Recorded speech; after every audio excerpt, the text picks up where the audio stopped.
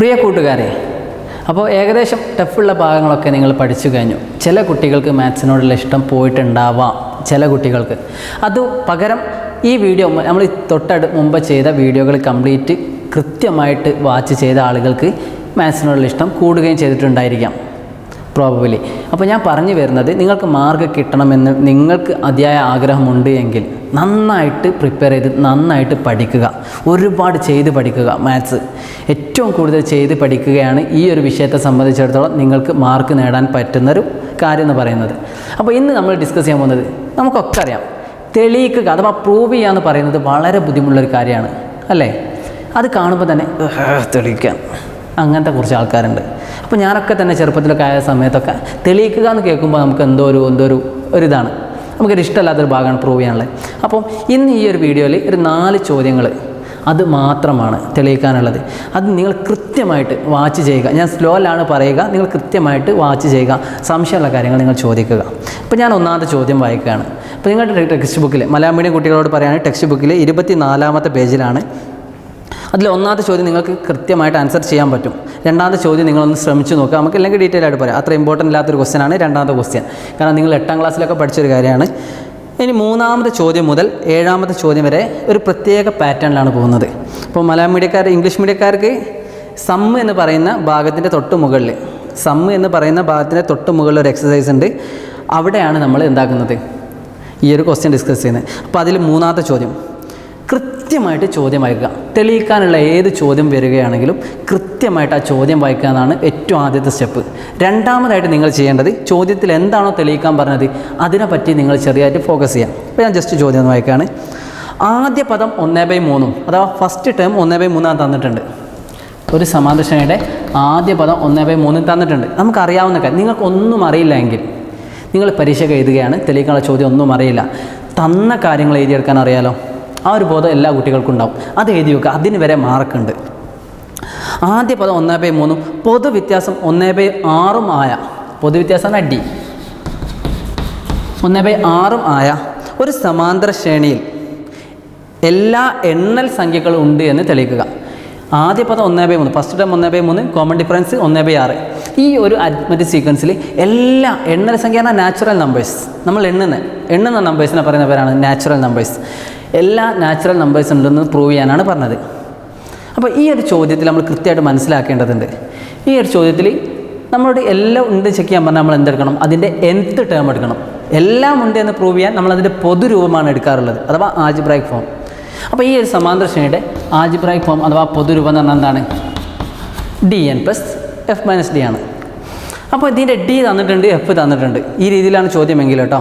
അപ്പോൾ d എത്രയാണ്, 1/6 × n.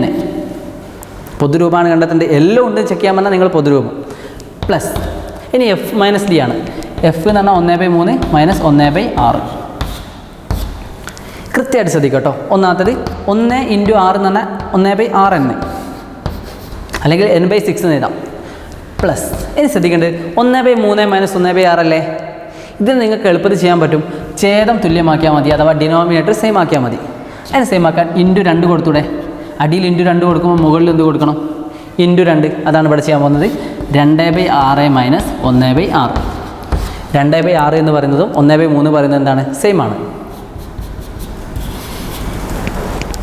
Clear അല്ലേ? ഇനി നമ്മൾ ചെയ്യാൻ പോകുന്നത് 1/6 × n പ്ലസ്. ഇനി ഛേദം അഥവാ ഡിനോമിനേറ്റർ 2 സെയിം ആയതുകൊണ്ട് അംശങ്ങൾ തമ്മിൽ കുറച്ചാൽ മതി, അഥവാ ന്യൂമറേറ്റേഴ്സ് തമ്മിൽ മൈനസ് ചെയ്താൽ 2 - 1 എന്നാൽ എത്ര, 1. 1/, ഛേദം തന്നെ എഴുതുക. ക്ലിയർ ആണോ?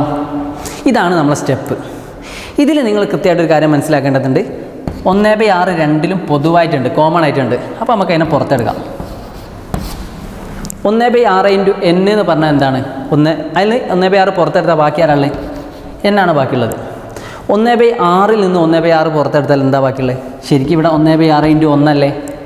അപ്പോൾ ഈ 1/6 എടുത്താൽ ഇവിടെ ആരാ ബാക്കിയുള്ളത്, ഇവിടെ പ്ലസ് ആണ്, +1.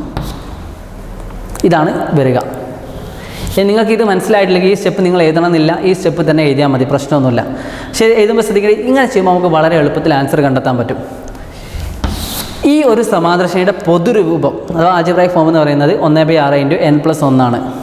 നമ്മോട് തെളിയിക്കാൻ പറഞ്ഞാൽ എന്താണ്? ഈ സമാന്തര ശ്രേണിയിൽ എല്ലാ എണ്ണൽ സംഖ്യകളും ഉണ്ട് എന്നാണ് തെളിയിക്കേണ്ടത്. അഥവാ കൗണ്ടിങ് നമ്പേഴ്സ്, നാച്ചുറൽ നമ്പേഴ്സ്. നമുക്കറിയാം എണ്ണൽ സംഖ്യകൾ എന്ന് പറഞ്ഞാൽ എന്താണ്?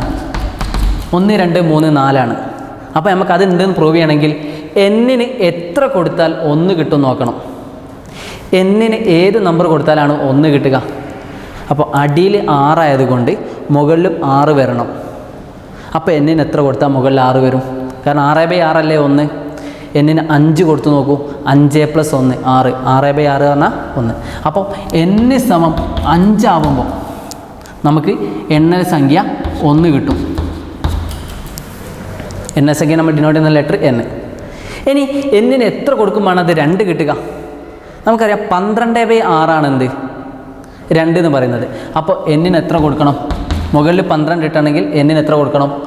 11 കൊടുക്കണം. 11 + 1 പറഞ്ഞാൽ 12 കൊടുക്കുമ്പോൾ n എത്ര കിട്ടും? 2 കിട്ടും. അപ്പോൾ എന്നിന് 3 കൊടുക്കണമെങ്കിൽ ഇവിടെ എത്ര കൊടുത്താൽ മതി? 17 + 1. 17 എന്ന് പറഞ്ഞാൽ 18/6 പറഞ്ഞാൽ 3 കിട്ടും. അതായത് എന്നിന് 5 കൊടുക്കുമ്പോൾ 1-ാം പദം കിട്ടില്ലേ? ഇനി ഈ പൊതുവ്യത്യാസം അങ്ങനെ കൂട്ടിക്കൂട്ടി ഈ 6 കൂട്ടിക്കൂട്ടി പോയാൽ മതി. 5 6 കൂട്ടിയാൽ 11, 11 6 കൂട്ടിയാൽ 17. അപ്പോൾ നമുക്ക് n സമം എത്ര കിട്ടും? 3 കിട്ടും. അപ്പോൾ n സമം അടുത്ത എത്ര കൊടുക്കേണ്ടി വരും? 6 കൂട്ടിയാൽ 23. അപ്പോൾ എന്നിന് 5, 11, 17, 23 എക്സെട്ര ഇങ്ങനെ കൊടുത്തു പോകുമ്പോൾ നമുക്ക് എന്ത് കിട്ടും? എല്ലാ എണ്ണൽ സംഖ്യകളും അഥവാ എല്ലാ നാച്ചുറൽ നമ്പേഴ്സും കിട്ടും. ഞാൻ പറഞ്ഞിട്ടുണ്ട്, തെളിയിക്കാനുള്ള ചോദ്യമാണ്. ചില കുട്ടികൾക്കൊരു ബുദ്ധിമുട്ടായി തോന്നിയിരിക്കാം. എങ്കിലും നിങ്ങൾ കൃത്യമായിട്ട് മനസ്സിലാക്കുക. ആവശ്യമുള്ള ആൾക്കാർ എല്ലാവരും നിർബന്ധമായിട്ട് കണ്ടിരിക്കാനുള്ള ടെക്സ്റ്റ് ബുക്കുള്ള ചോദ്യമാണ്. കൃത്യമായിട്ട് മനസ്സിലായി എന്നാണ് ഞാൻ മനസ്സിലാക്കുന്നത്. അപ്പം ഇനി നമുക്ക് അടുത്ത ക്വസ്റ്റ്യനിൽ പോകാം. ഇതുപോലെ ഒരു 3 ക്വസ്റ്റ്യൻ കൂടി ഉണ്ട്, നമുക്ക് ക്ലിയർ ആയിട്ട് ചെയ്യാനുണ്ട്. അതുകൂടി കഴിഞ്ഞിട്ട് നമുക്ക് എന്താക്കാം? ഈ വീഡിയോ ഇവിടെ വൈൻഡപ്പ് ചെയ്യാം. അപ്പോൾ രണ്ടാമത്തെ ക്വസ്റ്റ്യനിലേക്ക് പോവുകയാണ്. കുട്ടികളെ ഒന്ന് ശ്രദ്ധിക്കട്ടോ. രണ്ടാമത്തെ ചോദ്യം നോക്കുക. ആദ്യ പദം 1/3. F സമം രണ്ടാമത്തെ ചോദ്യമല്ല, ടെക്സ്റ്റ് ബുക്കിൽ 4ാമത്തെ ചോദ്യം കേട്ടോ. ആദ്യ പദം 1/3, പൊതുവ്യത്യാസം 2/3 സമാന്തര ശ്രേണി. കോമഡി പ്ലസ് 2/3 ആയിട്ടുള്ള സമാന്തര ശ്രേണിയിൽ എല്ലാ ഒറ്റ സംഖ്യകളും ഉണ്ട് എന്നാണ് തെളിയിക്കേണ്ടത്. അതേപോലെ എന്ത് തെളിയിക്കണം? ഇരട്ട സംഖ്യ ഇല്ല എന്ന് തെളിയിക്കണം. ശരിക്കും നിങ്ങളൊന്ന് ആലോചിച്ച് നോക്കൂ. എല്ലാ ഒറ്റ സംഖ്യകളും അതിലുണ്ടെങ്കിൽ നമുക്ക് ലാസ്റ്റ് ചെക്ക് ചെയ്ത് നോക്കാം. കൃത്യമായിട്ട് ചോദ്യം മനസ്സിലാക്കട്ടോ. ഈ ഒരു സമാന്തര ശ്രേണിയിൽ അഥവാ അരിത്മെറ്റിക് സീക്വൻസിൽ എല്ലാ ഒറ്റ സംഖ്യകളും ഉണ്ടെന്നാണ് പ്രൂവ് ചെയ്യേണ്ടത്. അപ്പോൾ അത് ചെക്ക് ചെയ്യാൻ നമ്മൾ ഇതേപോലെ പൊതുരൂപമാണ് കണ്ടെത്തേണ്ടത്. ആദ്യം നമ്മൾ എന്ത് കണ്ടെത്തുന്നു? xn വേണ്ടേ? എല്ലാം ഉണ്ടെന്ന് തെളിയിക്കാൻ നമ്മൾ പൊതുരൂപം. അപ്പോൾ d എന്ന് പറഞ്ഞാൽ എത്രയാണ്? 2/3 പ്ലസ് ഇനി f - d. f - d പറഞ്ഞാൽ 1/3 - 2/3 സമം എത്രയാണ്? 2/3 ഇൻറ്റു n പ്ലസ് 2ൽ 3 സെയിം ആണ്, അടിയിൽ 3 ആണ്. അപ്പോൾ മുകളിലത്തെ തമ്മിൽ കുറച്ചാൽ മതി. 1 - 2 സമം 1 - 2 പറഞ്ഞാൽ എത്രയാണ്? -1/3. അപ്പോൾ അതിൻ്റെ ഉത്തരം എത്ര കിട്ടും? 2/3 ഇൻറ്റു n -1/3. പ്ലസ്സും മൈനസും എന്താവും? മൈനസാവും.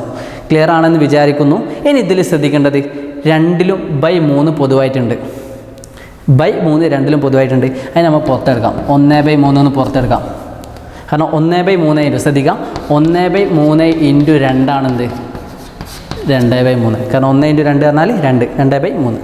ക്ലിയർ ആണല്ലോ. അതേപോലെ 1/3 ഇൻറ്റു 1 ആണ് 1/3. അപ്പോൾ 2 1/3 പുറത്തെടുത്താൽ ഇതിൽ നിന്ന് 1/3 പുറത്തെടുത്താൽ ആരാ ബാക്കിയുള്ളത്? 2 ഇൻറ്റു n 2n ആണ്.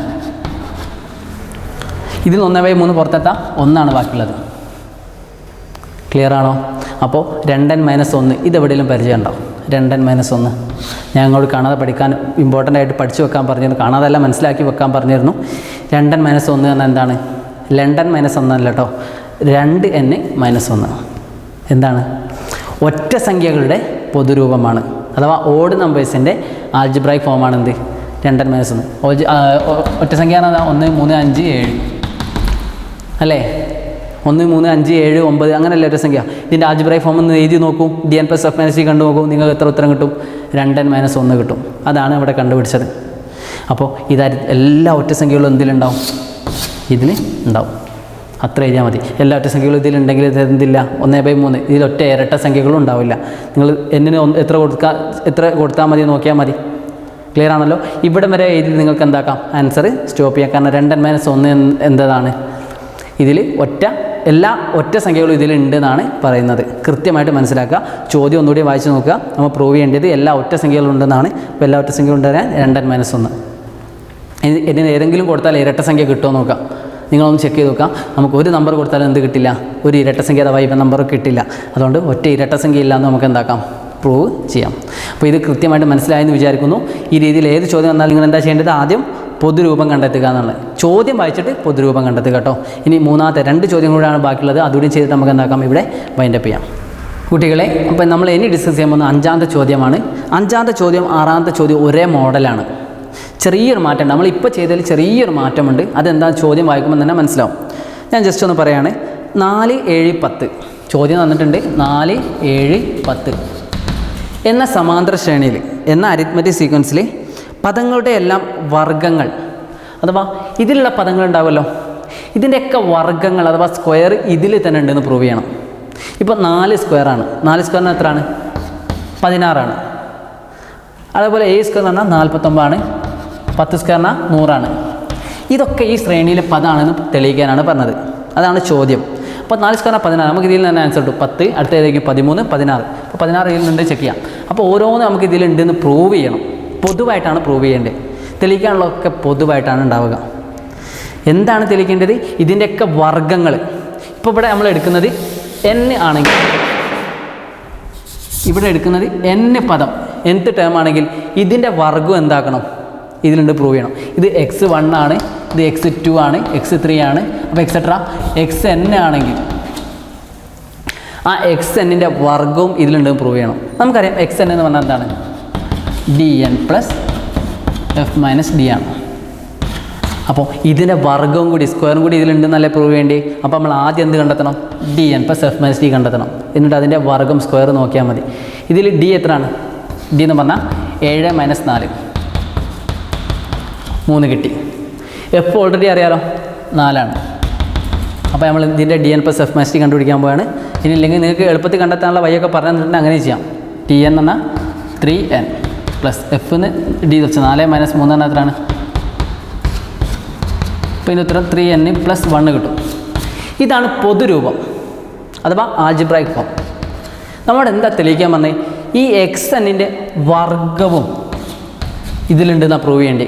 ഇതിപ്പോൾ 3ാമത്തെ പദമാണെങ്കിൽ 3ാമത്തെ പദത്തിൻ്റെ വർഗ്ഗം. ഇനി xn ആണെങ്കിൽ xnൻ്റെ വർഗ്ഗം, സ്ക്വയർ, വർഗ്ഗം എന്ന് പറഞ്ഞാൽ സ്ക്വയർ കേട്ടോ, അത് ഇതിലുണ്ട് പ്രൂവ് ചെയ്യണം. അപ്പോൾ ഈ 3n പ്ലസ് 1 കൃത്യമായിട്ട് ശ്രദ്ധിക്കുക. കുറച്ചൊരു കൺഫ്യൂഷൻ വരാൻ ചാൻസ് ഉണ്ട്. ഈ 3n പ്ലസ് 1ൻ്റെ വർഗ്ഗവും എന്തിലുണ്ടെന്ന് തെളിയിക്കണം. ഈ ശ്രേണിയിൽ അത് ഈ അരിത്മെറ്റിക് സീക്വൻസ് ഉണ്ടെന്ന് പ്രൂവ് ചെയ്യണം. 3n പ്ലസ് 1 ഇത് ചില ആൾക്കാർക്ക് അറിയില്ല കേട്ടോ, എങ്ങനെയാണ് ചെയ്യുക എന്നുള്ളത്. അതാണ് ഇവിടെ ചെയ്യാൻ പോകുന്നത്, ഒരു ബേസിക്കാണ്. 3n പ്ലസ് 1ൻ്റെ സ്ക്വയർ എങ്ങനെയാണ് ചെയ്യൽ ശ്രദ്ധിച്ചോളൂ. a plus b whole square അറിയാലോ, നിങ്ങളറിയാം. a square plus 2ab plus b square പഠിച്ച ആൾക്കാരുണ്ടാവും. a square plus b square plus 2ab എന്ന് പഠിച്ച ആൾക്കാരുണ്ടാവും. Equal to a square plus 2ab plus b square. എൻ്റെ സ്ഥാനത്ത് a, ബിൻ്റെ സ്ഥാനത്ത് b, അതാണ് കൺസെപ്റ്റ്. ഇവിടെ എൻ്റെ സ്ഥാനത്ത് എത്രയാണ്, 3n ആണ്. ബിൻ്റെ സ്ഥാനത്ത് എത്രയാണ്, 1 ആണ്. അപ്പോൾ അത് ഉപയോഗിച്ച് നമ്മൾ ഇത് ചെയ്യാൻ പോവുകയാണ്. 3n plus 1. എൻ്റെ സ്ഥാനത്ത് 3n ആണ്. അപ്പോൾ 3n ഹോൾ സ്ക്വയർ ഇങ്ങനെ ഇടണം കേട്ടോ. വെറുതെ സ്ക്വയർ ഇട്ടാൽ പോരാ, 2 നമ്പറാണ്. പ്ലസ് 2 ഇൻറ്റു a എന്ന് പറഞ്ഞാൽ എത്രയാണ്, 3n പ്ലസ് b എന്ന് പറഞ്ഞാൽ എത്രയാണ്, 1. That is equal to. ഇനി ശ്രദ്ധിക്കേണ്ടത് 3n ഹോൾ സ്ക്വയർ ആണെങ്കിൽ 3 സ്ക്വയർ n സ്ക്വയർ രണ്ടിനും കൊടുക്കണം.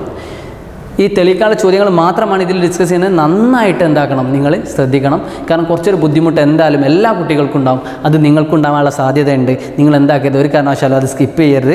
കൃത്യമായിട്ട് മനസ്സിലാക്കുക, പരീക്ഷയ്ക്ക് വരാറുണ്ട്. 3 square n square plus 2 into 3 എന്നാൽ 6n plus 1 that is equal to 9n square plus 6n plus 1. ഇതാണ് ഈ n-ാം പദത്തിൻ്റെ വർഗ്ഗം അഥവാ സ്ക്വയർ. നമ്മോട് എന്താ തെളിയിക്കാൻ പറഞ്ഞത്, ഇതിൻ്റെ വർഗ്ഗങ്ങളൊക്കെ ഈ സമാന്തര ശ്രേണിയിൽ ഉണ്ട് എന്നാണ് തെളിയിക്കാൻ പറഞ്ഞത്. ഇപ്പോൾ ഞാൻ ചെക്ക് ചെയ്യാൻ പറഞ്ഞത് 200 പദമാണോ ചെക്ക് ചെയ്യണമെങ്കിൽ എന്തേ ചെയ്തത്, xn minus x1 divided by d ആണോ. അതേപോലെ ഇതിൻ്റെ അവസാന പദമായിട്ട് ഏത് കിട്ടി, 9n square plus 6n plus 1. അപ്പോൾ ഇതിൽ ശ്രേണിയിലുണ്ടോ ചെക്ക് ചെയ്യാൻ എന്ത് ചെയ്യണം, xn minus x1 by d എന്ന ഇക്വേഷൻ, അഥവാ അവസാന പദം മൈനസ് ആദ്യ പദം ബൈ പൊതുവ്യത്യാസം അഥവാ d, അതിനെ ഡിവൈഡ് ചെയ്യാൻ പറ്റുമോ നോക്കണം. അതാണ് നമ്മൾ അടുത്ത സ്റ്റെപ്പ് ചെയ്യാൻ പോകുന്നത്. കൃത്യമായിട്ട് ശ്രദ്ധിക്കുക. അപ്പോൾ ഇത് ഈ ശ്രേണിയിൽ ഉണ്ടോ എന്ന് ചെക്ക് ചെയ്യാൻ അവസാന പദമായിട്ട് എന്തെടുക്കുക? 9n² xn - x1/d എന്ന് പറഞ്ഞ ഇക്വേഷനാണ്. അപ്പോൾ 9n² plus 6n plus 1 divided by common difference എത്ര നമ്മൾ കണ്ടുപിടിച്ചു? 4, 7, 10 3 ആണ്. സോറി, xn കിട്ടി. xn എന്ത് ചെയ്യണം? നമുക്ക് ആദ്യ പദം കുറയ്ക്കണം. ഫസ്റ്റ് ടേം 4 ആണ്. ബൈ d എന്ന് പറഞ്ഞാൽ 3. ഇത് ശരിയാണോ നോക്കാം. 9n² പ്ലസ് 6n 1 4 വെച്ചാൽ -3/3. ഇനി നിങ്ങൾ ശ്രദ്ധിക്കേണ്ടത് ഈ 9നെ 6നെ 3നെയൊക്കെ ഈ 3 കൊണ്ട് ഡിവൈഡ് ചെയ്യാൻ പറ്റുമെങ്കിൽ, ഹരിക്കാൻ പറ്റുമെങ്കിൽ ഇത് പദമാണ്. പറ്റില്ല എങ്കിൽ എന്തല്ല? പദമല്ല. ഇപ്പോൾ 9 നമുക്ക് 3 കൊണ്ടായിരിക്കാം, 6നെ 3 കൊണ്ടായിരിക്കാം, 3നെ 3 കൊണ്ടായിരിക്കാം. അപ്പോൾ ഇതിൻ്റെ ആൻസർ എത്രയാണ്? 3n² plus 2n -1. അപ്പോൾ ഇതെന്താണ്?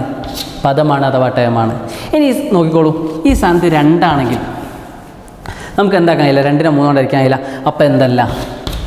പദം അല്ല. ഇനി ഈ സ്ഥാനത്ത് 5 ആണെങ്കിൽ, ഇതിപ്പോൾ 3 തന്നെ, ഇവിടെ 5 ആണെങ്കിൽ നമുക്ക് 5നെ 3നെ ഡിവൈഡ് ചെയ്യാൻ പറ്റുമോ? ഇല്ല. അപ്പോൾ നമുക്ക് എന്ത് പറയാം? പദം അല്ല അഥവാ ടേം എല്ലാം പറയാം.